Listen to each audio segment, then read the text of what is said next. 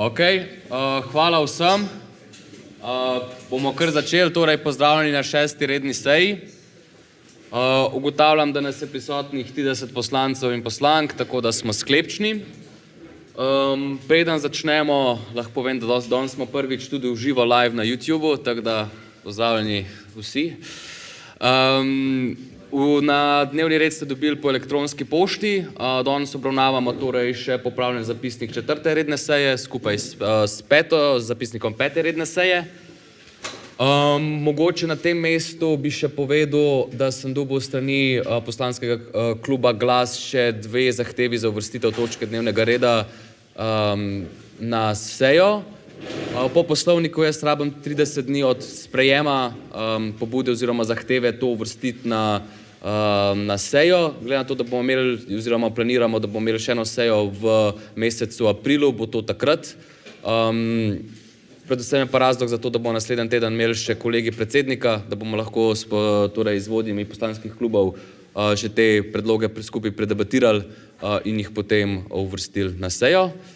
Mogoče še na tem mestu še eno moje opravičilo. Jaz sem po nesreči dal na vabilo prvo branje, ampak po poslovniku je, torej, kar se tiče akti ustanovitve in spremembe, se sprejemajo torej v enofaznem postopku, kar pomeni, da je danes torej eden in edini postopek, kar se tiče sprejemanja akta o ustanovitvi. To je v bistvu to. Mogoče še ena stvar. Na prejšnji, torej na 5. redni seji smo dobili pobudo oziroma smo sprejeli priporočilo torej predsedstvu ŠOS, da se obravnava določena tematika. To je bilo posredovano ŠOS-u, je uvrščeno na dnevni red in ko se bo to tudi obravnavalo na ŠOS-u, bo to predstavljeno na naslednji redni seji. To še zdaj ni in bo verjetno, upam, da že na naslednji redni seji. Glede na vse to je torej predlagan dnevni red današnje, torej 6. redne seje, potrditev zapisnika 4. in 5. redne seje, spremembe in dopolnitve akta o ustanovitvi Zavoda Radio Študent, poslanske pobude in vprašanja in točka razno. Ima kdo kakšno pripombo oziroma kakršnokoli pripombo na točke dnevnega reda? Ne, potem ugotavljam oziroma dajmo kar glasovati, kdo je za predlagan dnevni red. Za? Proti? Vzdržan? Ugotavljam, da je dnevni red sprejet. Preden gremo naprej, naj povem še klasično, da torej predlagatelji imajo 10 minut, da predstavijo točko, potem vsak poslanec v krogu razprave 5 minut. Pa mogoče še ena prošnja za vse poslance, če se mogoče s kakšnim medklicem oglasite med recimo razpravljanjem enega poslanca, prosim, dajte sam na konec povedati ime in priimek, da nam boste olajšali pisanje zapisnika. Kdaj je malo bolj težko glede na video razbrati. Gremo na potrditev 2 zapisnikov. Ima kdo, vprašam, ima kdo kakšno pripombo na zapisnik? Ne, super. Potem pa ugotavljam, da skladno s 4. odstavkom 70. člena poslovnika je ta zapisnika potrjena. In kar prehajamo na torej drugo točko dnevnega reda, ki se glasi spremembe in dopolnitve akta o ustanovitvi Zavoda Radio Študent. Na tem mestu vabim torej predsednika Klemna Petka, da na kratko predstavi točko, potem bo pa za njim prišla še Valentina Rajkovič, direktorica Zavoda Radio Študent. Ja, najlepša hvala za besedo, predsedujoči. Zdaj, kar se tiče te tematike, smo jo začeli že kar nekaj časa nazaj. Mene je 3 mesece dobro nazaj poklicala direktorica Radio Študent in rekla, da imajo s tem nepopravljenim členom kar veliko težav zaradi prijavljanja na predvsem državne razpise, od katerih je financiranje Radio Študent zelo odvisna. Zdaj, stekli so neki pogovori za to, da se ta zadeva spremeni, zaradi tega, da se jim nekako olajša samo delovanje Radia Študent. Ker pa na tej tematiki sama direktorica Radio Študent ve več, sem jo danes tudi povabil na sejo, da v bistvu vam poslancem predstavi na kratko, zakaj je to za njih pomembno in v bistvu se bodo vprašanja navezvala tudi na njo, zaradi tega, ker se gre za zavod, ki ga sama tudi predstavlja, tako da v bistvu jaz tule ne bom predolg in vabim Valentino, da vam na kratko predstavi. Hvala. Lep pozdrav v imenu Radia Študent. Moje ime je Valentina Rajakovič in sem direktorica Zavoda Radio Študent. Predlagana sprememba akta o ustanovitvi Zavoda RŠ, zaradi katere smo danes tukaj, zadeva pravno-formalni status Zavoda Radio Študent, ki je članica družine ŠOU v Ljubljani. In ta predlagana sprememba, enkrat, ko bo, upamo, potrjena, bo omogočila v bistvu enak način delovanja tega zavoda še v prihodnje. Radio Študent je status nevladne organizacije v javnem interesu na področju mladine pridobil leta 2017 in dodatno še na enem področju leta 2023, to je področje kulture. Torej, trenutno ima Radio Študent oziroma Zavod Radio Študent veljaven status na dveh področjih, status nevladne organizacije v javnem interesu na področju mladine in področju kulture. Zdaj, status nevladne organizacije lahko pridobi organizacija, ki izpolnjuje splošne pogoje za nevladne organizacije in potem poseben status NVO v javnem interesu dodeli organizaciji ministrstvo, ki je pristojno za področje, na katerem organizacija deluje. Torej, še enkrat ponavljam, RŠ ima že veljaven status nevladne organizacije v javnem interesu, sprememba je potrebna, da ta status ohranimo in da to dosežemo, moramo naš akt o ustanovitvi, za spremembe katerega je pristojen študentski zbor, študentske organizacije v Ljubljani moramo uskladiti z zakonom o nevladnih organizacijah. K spremembi nas je uradno pozval Urad za mladino. Ne vem, če veste, mi smo ta akt že spreminjali leta 2022, ampak navedba, ki je bila sprejeta takrat, trenutno po presoji Urada za mladino glede na zakon o nevladnih organizacijah ni ustrezna in jo je treba spremeniti. Zdaj, poleg simbolnega pomena, ki nam potrjuje delovanje v javnem interesu na dveh osrednjih področjih, kjer smo najbolj aktivni, to sta kultura in mladina, je ta status izjemnega pomena za pridobivanje finančnih virov za naše delovanje. Bom probala biti čim bolj konkretna in kratka tukaj. Projektne vire, ki so namenjeni nevladnim organizacijam, ki jih Zavod Radio Študent črpa iz naslova javnih, državnih in občinskih virov, gre za približno skupaj 250 000 evrov samo v tem letu. Prav tako smo zaradi tega statusa upravičeni do donacij 1% dohodnine, donacij iz dohodnine fizičnih oseb. To trenutno znaša, oziroma lani, ker so podatki za eno leto nazaj, okrog 43 000 evrov letno. Potem so tu še ene druge manjše ugodnosti, ki izhajajo iz tega statusa, ampak ne bi zdaj šla čisto vse.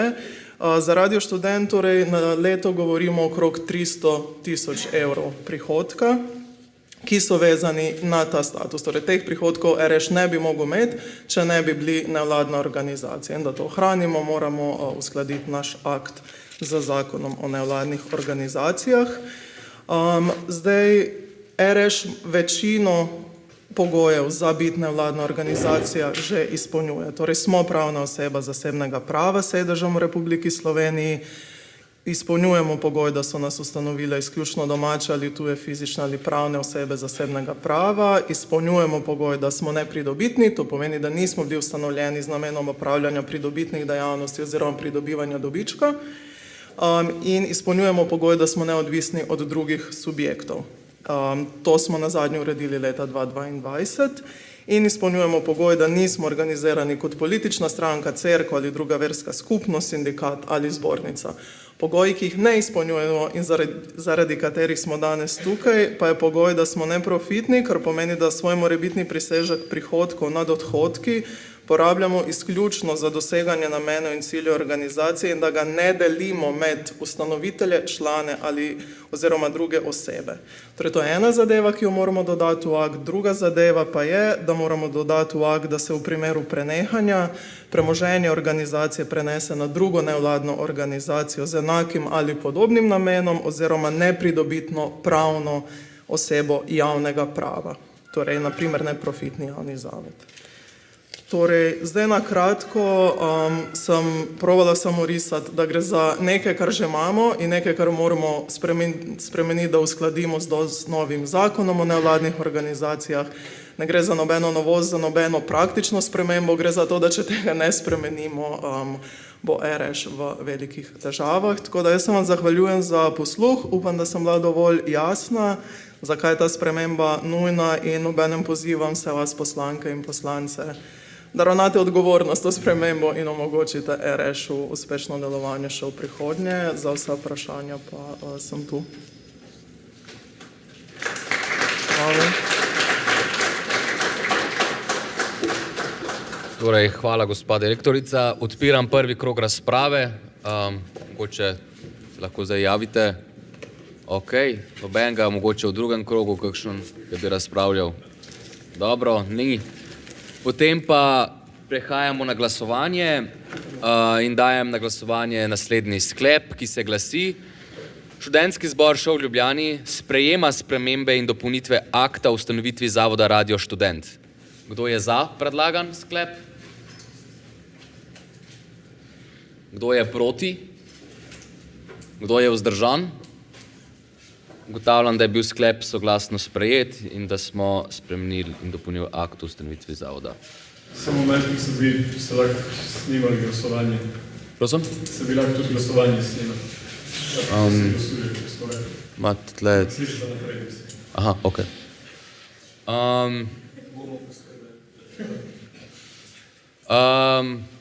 Potem pa poslanske pobude in vprašanja. Imamo kakšno pobudo oziroma vprašanje? Ok. Torej, prvo pa. Ok, kar izvolite.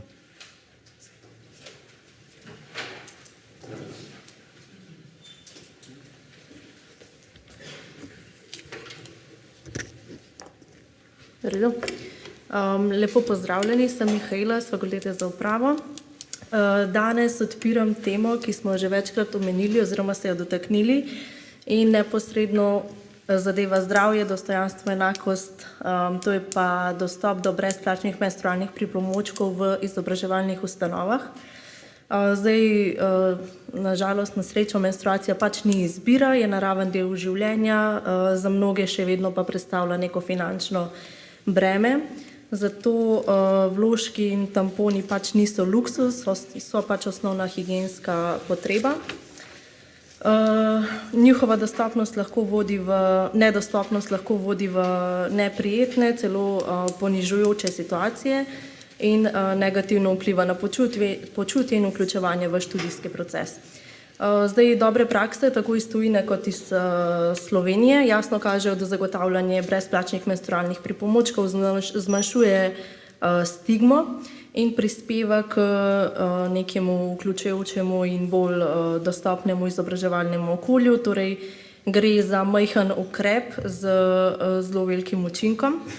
Kot primer dobre prakse bi jaz izpostavila svojo fakulteto, Fakulteto za upravo, ker smo torej na pobudo študentske organizacije Fakultete za upravo in skupine Ful povezani prvič leta 2022 zagotovili brezplačne menstrualne pripomočke.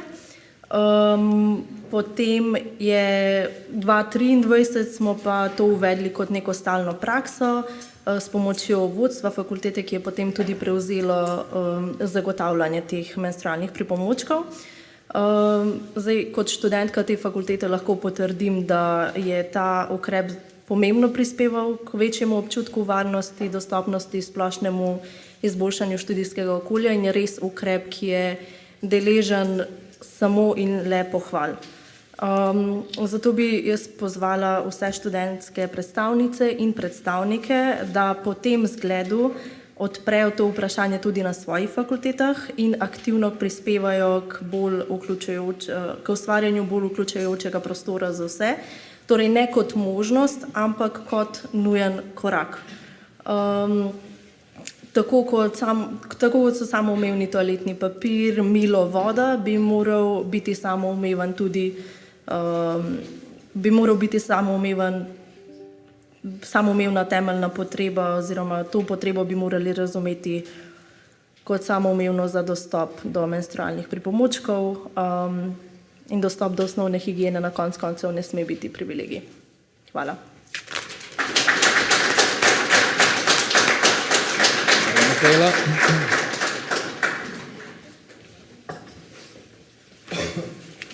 Ja, spoštovani, hvala za besedo. Marcel Kličič, Ekonomska fakulteta, Povezani. Na prejšnji seji je kolega Mark že podrobno predstavil pobudo skupine Povezani za uvedbo brezplačnega javnega prevoza za študente, zato bom danes jaz izpostavil le ključne poudarke in ponovno pozval k podpori naše peticije. Študenti se še naprej soočamo z visokimi življenjskimi stroški. Javni prevoz, ki je za mnoge nujen, pa predstavlja dodaten finančni pritisk in poglablja socialne razlike med študenti. In prav zato menimo, da je uvedba brezplačnega javnega prevoza smiselen in izvedljiv ukrep, ki bi bistveno prispeval k večji dostopnosti študija, krepitvi socialne pravičnosti ter spodbujanju trajnostne mobilnosti. Peticija, ki smo jo pripravili v skupini Povezani, je v zelo kratkem času zbrala več kot 9000 spletnih ter 5000 fizičnih podpisov, torej skupaj že več kot 14000, kar pa jasno kaže na veliko potrebo in pa močno podporo med mladimi. Zato vas ponovno pozivam, da prispevate svoj podpis na spletni strani peticije, sicer na uresničujemo -brezplačni-prevoz-študentov.si. Hkrati pa vas vabim, da k podpisu spodbudite tudi študente na svojih fakultetah in s tem aktivno prispevate k uresničitvi tega pomembnega ukrepa. Hvala.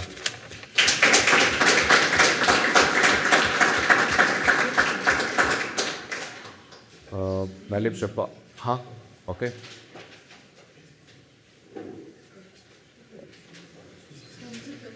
Nimajo dame prednost. Ne, malo se navezuje na ugel. Ja, se ne bomo smeli. Luka Maretič, poslanski klub Glas. Jaz bi rad pozdravil poslanko z upravne fakultete. Upravne, se sem rekel? Ne, se vedno mislim. Upravne fakultete, tudi mi na naših fakultetah iz poslanskega kluba Glas, mislim, da imamo večinsko že to urejeno, torej brezplačne menstrualne vložke, tako da tudi spodbujamo, da se to čim prej uredi na vseh fakultetah. Upamo tudi, da nas boste v poslanskem klubu Povezani podprli, ker bomo to probali tudi bolj proračunsko urediti, torej ali da bojo imeli šova zdaj več denarja, da bojo lahko to lažje si prvoščali ali pa na kakšen drug projekt, no, tako da samo to.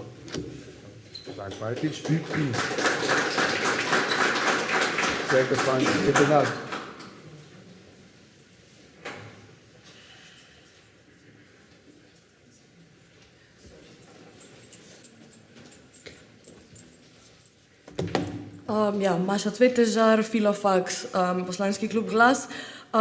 Dejstvo je, da je Kuba že od samega nastanka pod hudim embargom, ki ga je zdaj predsednik Trump še zaostril, primanjkuje jim najbolj osnovnih življenjskih potrebščin, goriva, zdravil in podobnega. In zato bi v bistvu pozvala in vam apelirala na vse, tako poslance, poslanke, kot vse poslušalce in poslušalke, da stopimo naproti, stopimo v solidarnost z narodom Kube in jim nudimo neko pomoč, torej ali je to v obliki, lahko spremljate, torej prvič lahko spremljate profil Prebimo embargo, kjer bodo kolegi oziroma bo ena ekipa šla na Kubo in jim dejansko prinesla neke potrebne stvari, tam imate tudi več informacij o tem. Drugič je, da lahko donirate zdravila, ki jih potrebujejo na Kubi, tam jim primanjkuje najbolj osnovnih stvari, kot so vitamin D, razna ta prehranska dopolnila,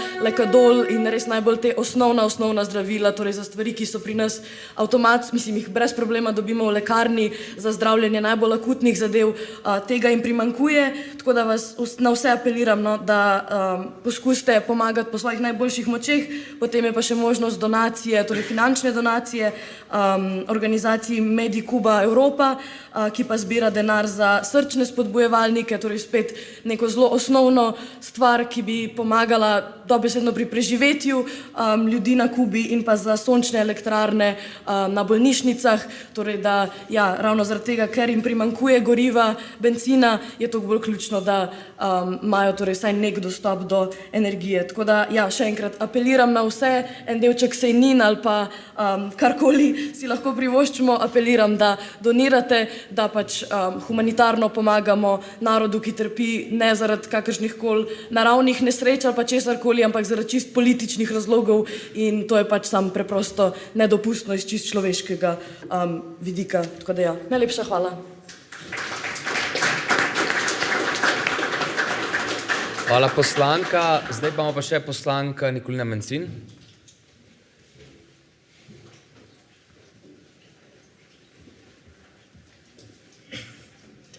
Nikolina Mencin, Biotehniška fakulteta. No, mi se tudi v bistvu se navezujem nazaj na kolegico iz uprave. Kar nekaj naših faksov ima tudi to že urejeno, se pravi vložki in tampone in druge sanitarne pomočke na naših fakultetah in tudi mi toplo pozdravljamo to, da tudi preostale fakultete to zagotovijo.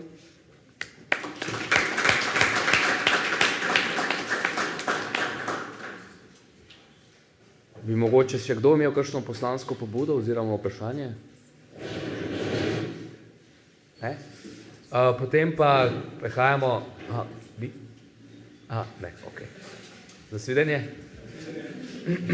Potem pa prehajamo na zadnjo točko, točka razno.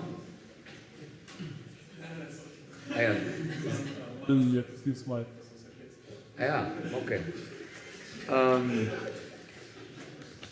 Pa mogoče jaz pod razno dal sam še en apel, če je kakšna napaka v zapisniku, dajte mi prosim povedati pred sejo, da lahko že za seje mi popravimo, da ni treba do naslednjih kriznih sejah. Samo to. Če ni po točko razno nobene želje po razpravi, potem ugotavljam, da 19:25 šesta redna seja je zaključena. Hvala.